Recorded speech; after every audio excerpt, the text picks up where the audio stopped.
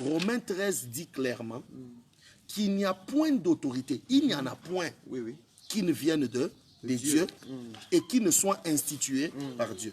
La Bible va même très loin pour dire que toutes les autorités qui existent ont été instituées par Dieu. C'est-à-dire quoi? Même les autorités qui pensent être dans des pays développés, mais qui disent qu'elles ne croient jamais en Dieu, aujourd'hui, par cette vidéo, doivent savoir que personne, même s'il est allé faire un pacte avec Satan, personne ne peut avoir un pouvoir si Dieu ne le permet pas. Quand, à partir du moment que vous existez, que vous ayez mal géré ou bien géré, quand vous lisez la Bible, vous allez voir qu'on vous dit tel roi, en telle année, en ce temps-là, tel roi parut. Il marcha selon Dieu. L'autre, on dit il parut, mais il fit ce qui déplaît à l'Éternel. Donc, il y a eu plusieurs rois qui ont existé. Dieu est le seul patron. J'aimerais attirer ton attention sur quelque part. Vous savez, nous avons une mauvaise mentalité de confondre le nombre d'assemblées à la foi chrétienne et la foi chrétienne. Quand nous regardons les pays développés là, nous avons tendance à croire que comme sur une même avenue, il n'y a pas 15 églises, ces gens sont moins chrétiens que nous. Et c'est ça l'erreur. Deuxième chose, vous devez savoir que le jour où l'Afrique va se développer, c'est là qu'on saura qui est vrai chrétien. Il y a beaucoup de gens qui sont dans l'église, pas parce qu'ils aiment Dieu, mais parce qu'ils souffrent. La souffrance a créé des faux chrétiens. Alors ne confondez pas le nombre d'églises à la conversion, et la conversion plutôt. Donc il y a des gens aujourd'hui qui ont compris que Dieu a donné deux choses à l'homme. L'intelligence et son esprit, qui vient renforcer ou renouveler cette intelligence. Je vais ajouter une chose. Dès le commencement, Dieu n'avait pas créé l'église. Dans le jardin d'Éden, Dieu avait créé l'homme et la femme sans pasteur. Donc, la pensée originale de Dieu, c'est celle que l'église devait ramener. À savoir, Dieu crée l'homme sans église, mais il lui donne la mission. Première mission, cultive le jardin. Genèse chapitre 2, le 15e et le 16e verset, je peut voir tout ça. Il dit, cultive le jardin. Deuxième mission, garde le jardin. En ce qui concerne cultiver le jardin, c'est ce qu'on appelle le travail. Garder le jardin, lorsque l'homme a péché, Dieu a mis le chérubin. Nous pouvons comprendre que c'est ça le côté spirituel. Donc, tu travailles, tu auras des résultats, mais il faut le côté spirituel pour garder les résultats.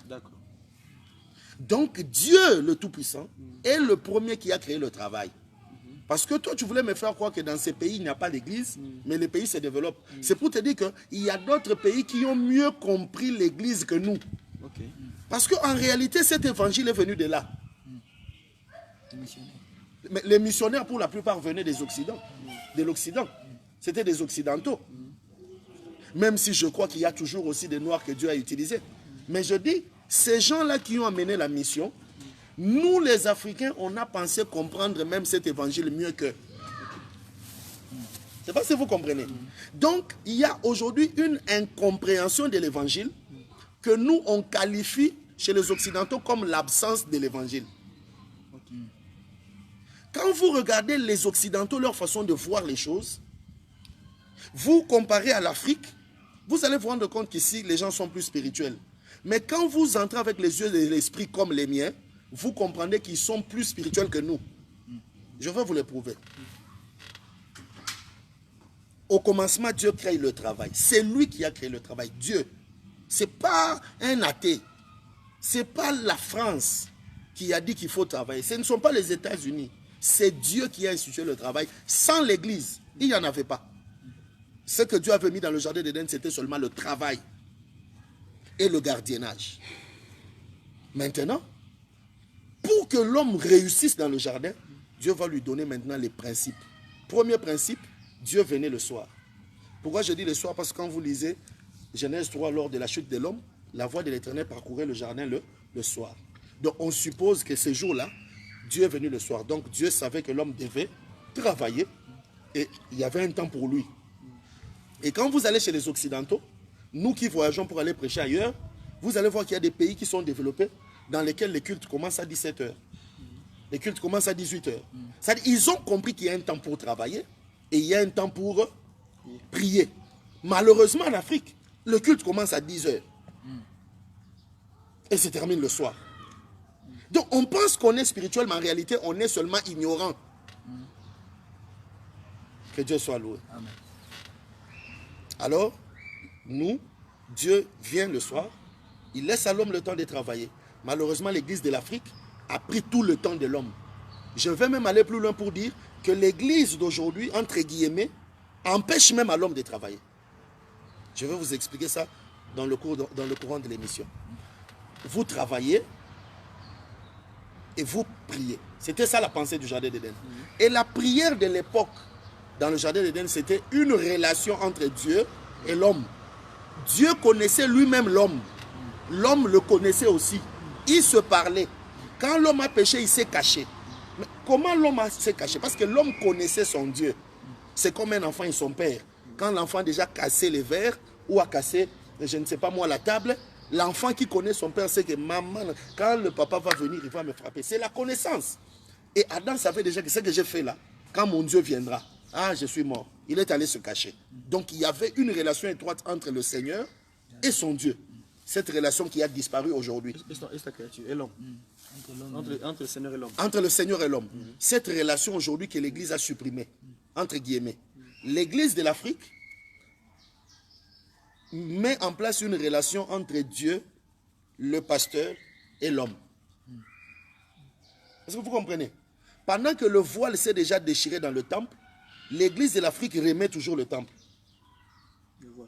Plutôt le voile dans le temple. Au point que l'homme n'a pas toujours accès à son Dieu. On privilégie la relation brebis-pasteur au lieu de privilégier la relation Dieu-brebis. Parce que quand Dieu devient en source d'inspiration, ah, le développement commence. Est-ce que vous comprenez? Pourquoi? Je donne un exemple vulgaire pour vous faire comprendre cela. Aujourd'hui, nous avons dans ce pays quelqu'un qui a créé le robot là, dans le feu de signalisation, qui donne la direction et qui nous montre la direction que les véhicules doivent prendre. Quand Dieu veut inspirer à quelqu'un, prenons les savants, les philosophes, ils passent par des songes, ils passent par des rêves. C'est une richesse.